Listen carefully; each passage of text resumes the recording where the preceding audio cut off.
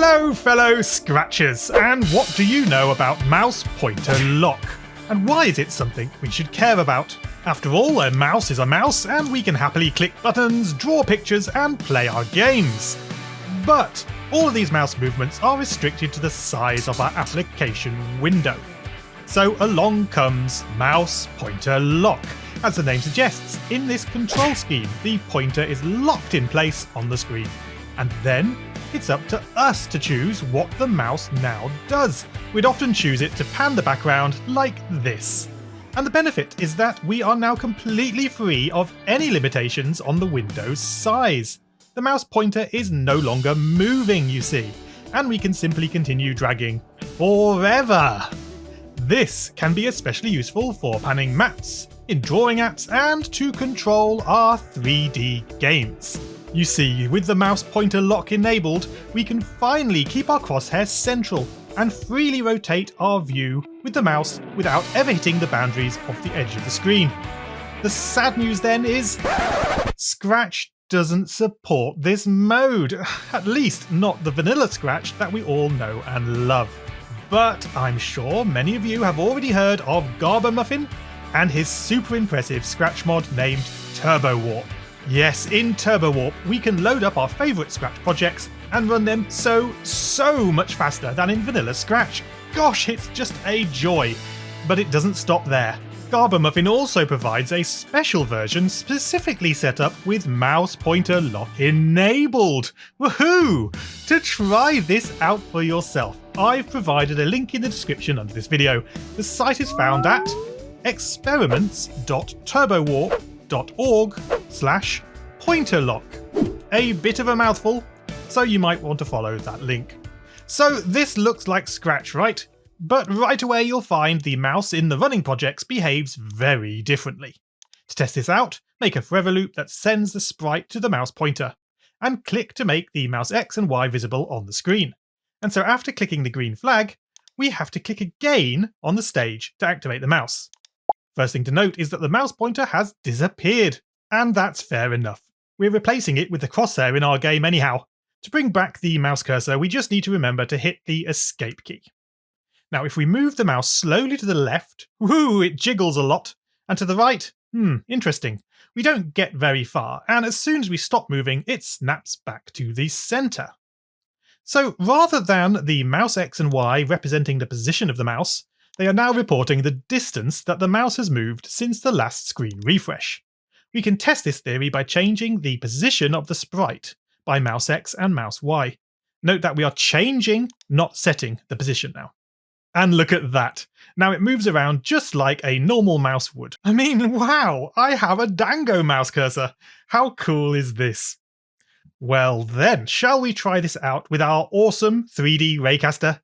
To load your projects into TurboWarp, either they have to be shared on Scratch, or you have to save the project as a file on our computer. Then in TurboWarp, we can use the File, Load from your computer, and select our file, and then we are ready to go.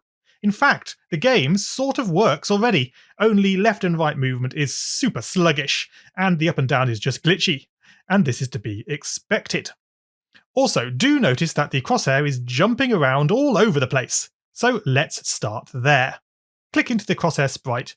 We want to fix this in place, but only if we are running the project with the pointer lock enabled. Luckily, we can detect this. Make a new variable, naming it pointer lock for all sprites, and set it to. And we're going to check whether the mouse X and mouse Y are both equal to 0. That means pointer lock will be true only if the mouse is perfectly centered on the screen when the flag is clicked. So, to fix the crosshair in place, we just want to stop it following the mouse. Surround the forever loop with an if pointer lock is equal to 0. That's no pointer lock. We can test that out and confirm that pointer lock is true, and consequently the crosshair no longer moves around with our mouse. That is looking good. So let's take a look at the player rotation. Click back into the player sprite and find our player tick script. We're going to have two modes of control. So surround the get mouse turn with an if-else block like this. The default, original control scheme is used when pointer lock is again 0. But now, when pointer lock is enabled, we instead set turn directly to... Now remembering when the pointer is locked, mouse X returns how far the mouse has moved, which is exactly what we want to turn by. Only we divide by 4, as otherwise it's a little too fast. But you can find that out by having a play. So I'm expecting this is going to be pretty awesome. Except, what? Well, something has gone very wrong here. We're always turning left. I can't understand what that would be, unless... Oh man, a turn by block has suspiciously appeared at the bottom of my script. I bet it just accidentally attached itself. That is the danger of leaving blocks floating around on your script area. Oh well, here we go. Yes, I can move left and right, and the turn is perfectly synced to my mouse movements, without any weird glidey after effects. And we can turn right, and keep turning without ever hitting the edge of the screen. It's awesome! Well then, I guess we should also modify the up and down movements in the same vein. We'll need to reposition this set camera Y block so that it only works like this when pointer lock is equal to 0. And then, in the else, when pointer lock is enabled, we need to change camera Y by mouse Y instead. I find that a good speed of movement can be got by multiplying this by 1.5. But we shouldn't also forget to multiply the value by delta. If you remember, this was our frame rate smoothing value, so that if the game runs faster or slower, we allow for that here. Great! Run the project and see what you think. And I've got to tell you, this is the bee's knees. It's exactly what we want our game controls to feel like. So responsive and immediate in all directions. The only gripe I have is that now we need to limit how far up and down we can look. This was one place our previous mouse limits actually helped us out. So anyway, it's a quick job. If the camera Y becomes greater than 180, that's the previous maximum mouse Y, then we set camera Y back to 180, so it can't get any larger.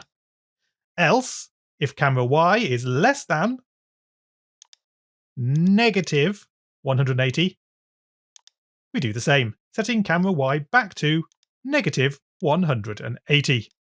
Wonderful. Assuming we didn't do anything wrong, then we can give that a full test out. And yeah, it's really quite something when you remember that this is even running in Scratch. And because this is TurboWarp, you'll find it also runs super well at even better resolutions without breaking a sweat. So a huge shout out to Garbermuffin for making this all possible. If you want to bring your edited project back into Scratch, then just save it here. And in Scratch, use the file load from your computer, and once your project is officially shared, it will work in both Scratch and TurboWarp, with or without mouse lock enabled. Of course, we can always hope that one day Scratch will officially support this awesome feature, but until then, TurboWarp is the place to go. And on that note, this is the end of this little video. Please don't forget to smash that like button if you found this useful and want more exciting Scratch topics like this covering. It's been fun venturing a little further outside of our normal realm. And do subscribe to the channel so as not to miss the next exciting video the moment it comes out. And toggle that bell icon to make absolutely sure. And with that, I wish you all the best for the week ahead, and Scratch on, guys!